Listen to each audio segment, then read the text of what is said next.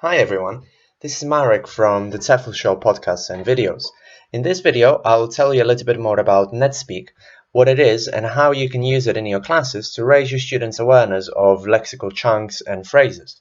And I got the idea from reading this post on Leo Sullivan's blog, leoxicon.blogspot.co.uk, which you can see here, and I'll post the link to this post below the video so you can click on it and read it in more detail. But I definitely encourage you to read not just this article, but generally Leo's blog post, Leo's blog, because it's very informative, and especially if you're interested in teaching more lexically, in lexical chunks, teaching vocabulary, then definitely a recommended blog.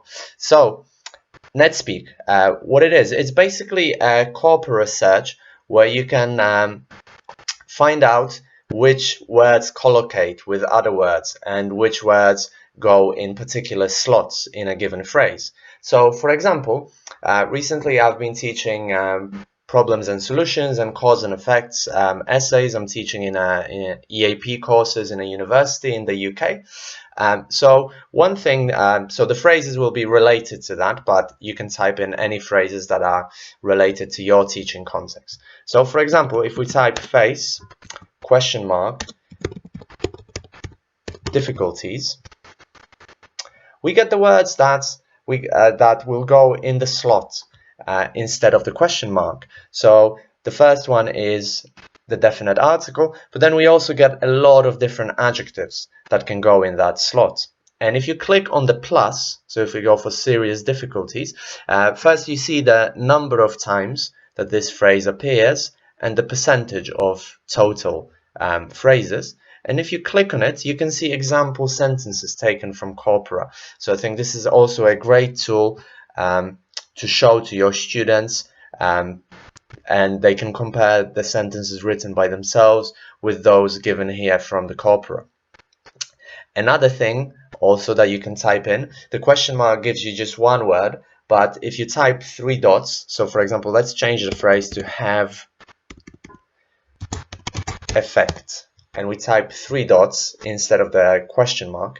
So the most common ones are the articles, but then we start getting phrases. For example, have a material adverse effect, have a positive effect, have an adverse effect, have a negative effect. So you can see that instead of just one word, you start getting more words in that slot if you type in the 3 dots. And again, you see the number of times this phrase occurs, and it's the percentage, the frequency, and if you put the plus here, then you get example sentences. Another thing that you could do is, if we stay with this phrase, have a positive, and perhaps you want your students to get more synonyms of the word effect, or your students are struggling with synonyms. So what they can do, if they're writing themselves at home, just put the hashtag here, and they'll get synonyms of the word effect. So have a positive outcome, we can say as well, result, and impression. These 3 are the most common synonyms of effect. Then a positive consequence and a positive force are not really very common, so we probably wouldn't use them, but we'd rather use have a positive impression, result, or outcome instead of effect.